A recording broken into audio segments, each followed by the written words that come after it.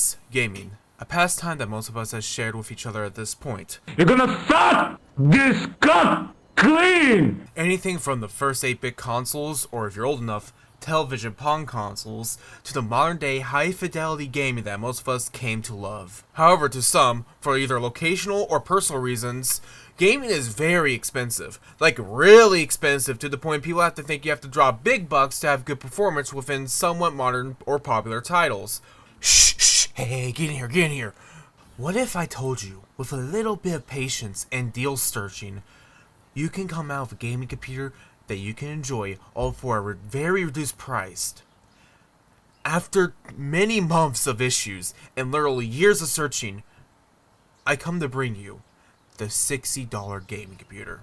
Hello guys, if you know anything about my past, you would know that I love computers. Shocker, I know, right? This computer, in grand total, cost me $60. And some of the savings that is shown is definitely not going to be representable in every single country, let alone state or city, because all of this was just opportunities that I got throughout the past 4 or 5 years to throw together a system that will work. A system that has minimal issues, and I use minimal issues in its direct context because this thing has its issues. Matter of fact, I was planning to give this to a friend after I make this video. That was 4 months ago. I had to stop production of this video very short into it because I had issues with this system that I couldn't fix. Like, it would not post. And I fixed those now. However, it's still in a state that I don't want to give it to anyone. I don't want to give it to a friend, even for free, because this thing is not reliable. Well, it's reliable in the fact that it won't crash on you, but it's not reliable in the fact that you'll be able to get a start each time without fail. This system right here cost me a grand total of $60. And I'm going to be completely honest with you up front. Like I said in the previous clip, you're not going to be able to find a system with this exact value, most likely ever. You're going to find different parts, you're going to find different things put into it.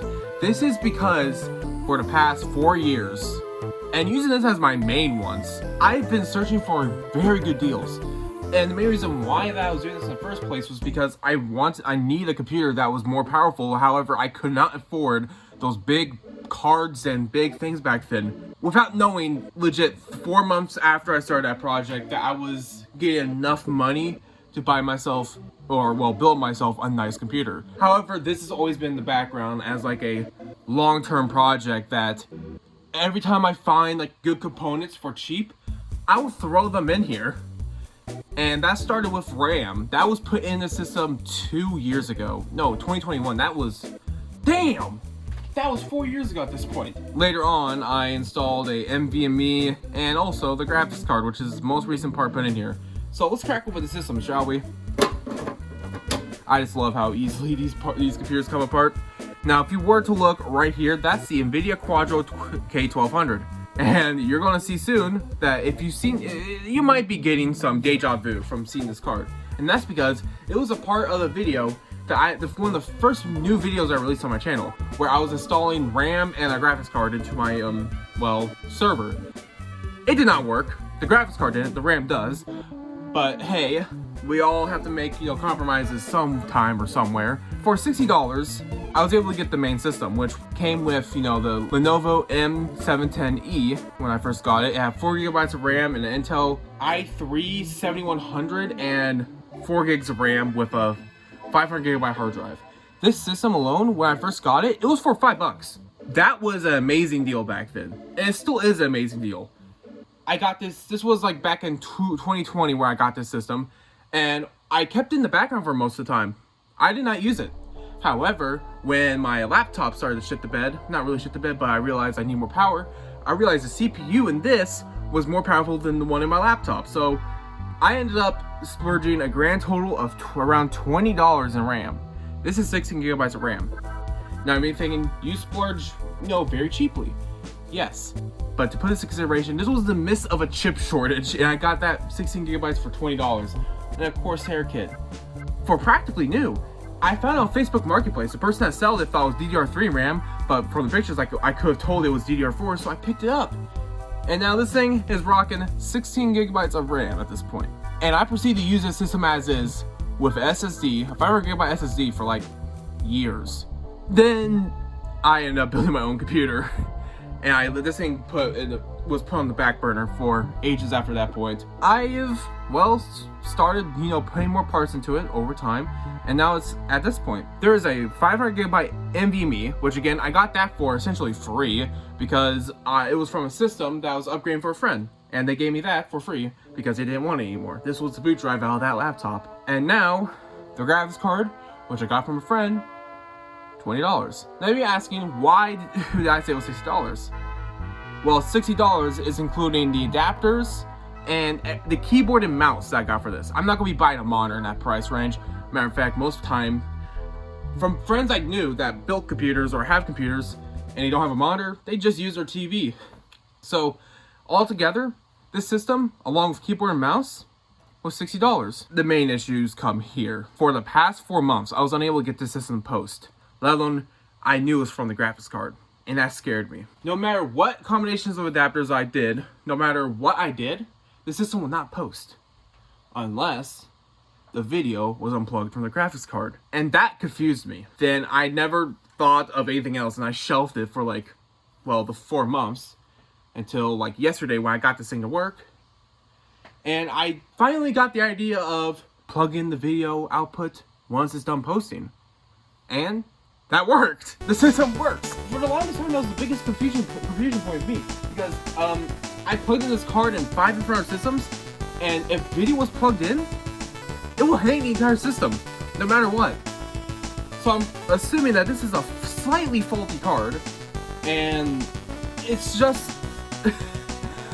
I still can't believe I got this thing to work, and I feel stupid because this system could have worked a while ago without me having to do anything to this. But now I know what you want to get into, the benchmarks. Sadly, I do not have any sort of build montage for this because most of the build montage that I did have was recorded 4 months ago, and it was mostly me reseating the graphics card over and over and over, hoping that it was a bad connection. It wasn't. It had a good connection. And now we can just see this thing hopefully rise through the ranks and become a nice contender at a $60 price point. Welcome to the computer. So we have, your average, which is the benchmarks, all the way from, this will definitely run, to maybe this will cause it to struggle a little. This is games that I don't really expect to work well. So, let's start off with a game that we all know is going to run well no matter what. What the hell is the hands thing doing there? This game is nothing for it. Come on, it's nothing to this. It's absolutely nothing. Now, let's give it a little bit of doom. By the way, do not expect all of these results to be accurate, because, as you might have guessed, I'm right now recording with OBS, so there's going to be some performance loss here, but for these simpler titles, it should not be that bad.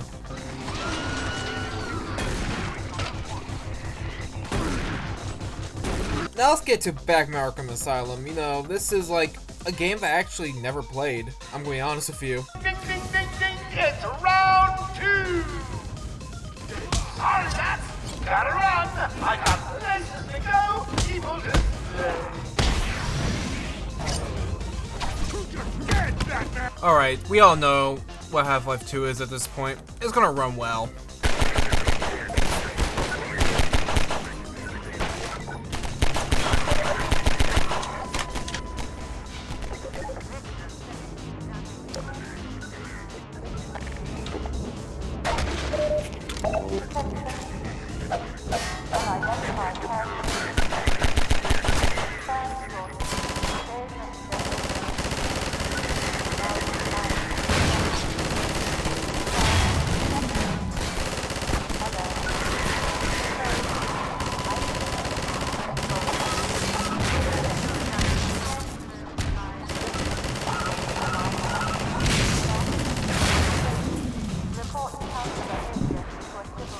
Okay, let's now start the second round of games.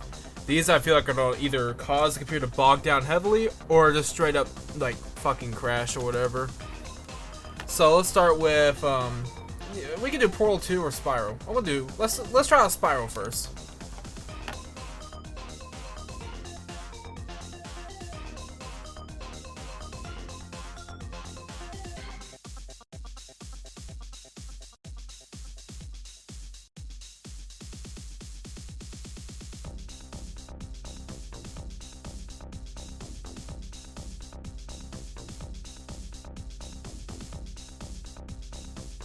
Alright, so that one was actually a very impressive showing.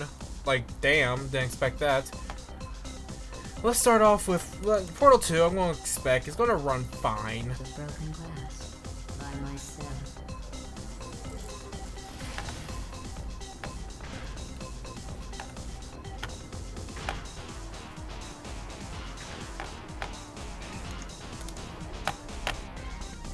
I still have it in me, don't I? Damn. This is Terratech next. This is a system I used to run. I was like, this is a game I used to run on this exact system when I was on Lex.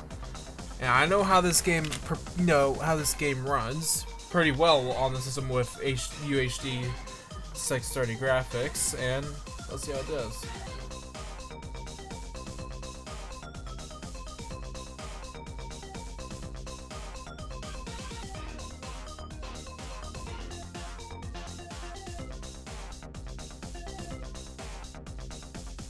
Okay, here's the one I know for a fact that this system is going to struggle at.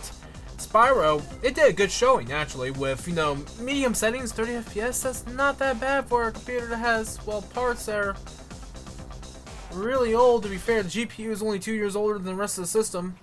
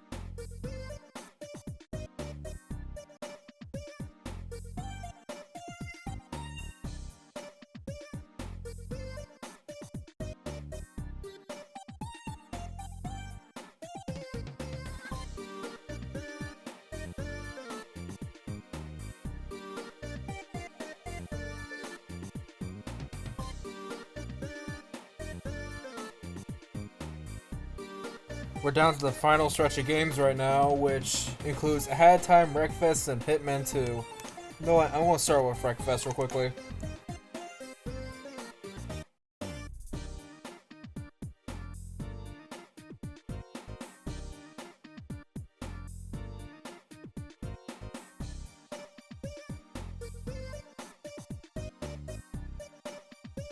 Hitman 2 time.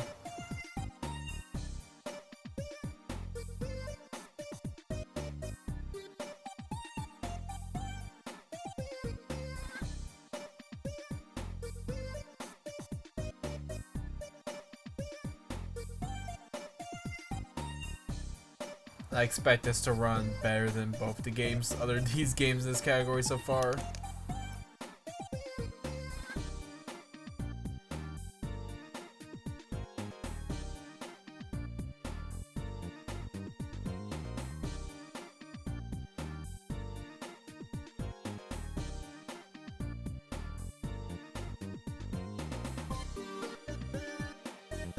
So it's been around a week since I started this recording. Matter of fact, this is actually the first bit of progress I did on this video for about a week because I got bored and I didn't want to do it anymore. Anyways, my ending thoughts for this computer is that this is impressive. Like, I knew for a fact that the GPU is going to be its limiting factor because it's equivalent to a 750, 750 GTX 750 and a GTX 1030. I was expecting this thing to not really perform well at all. However, I knew for a fact that, it might have a fighting chance. It has better graphical power than the standard, UHD 630 graphics. I knew for a fact this thing was going to perform way better, but I was like thinking of, oh, it might run most titles at 1080p low or maybe 720p high. However, not high, but 720p like medium or low. And I was like, oh, yeah, this is not going to end well. Oh, this thing performed better than I thought it was going to be. And even the games that had issues, like with Wreckfest and like, what's it called again? Hitman 2. You could have lowered any setting, still be at 1080p, and you'll be having around a stable 45, 50 FPS experience. Like, it's insane what these systems could do now. Anyways, I hope you enjoyed this video, and see all you later.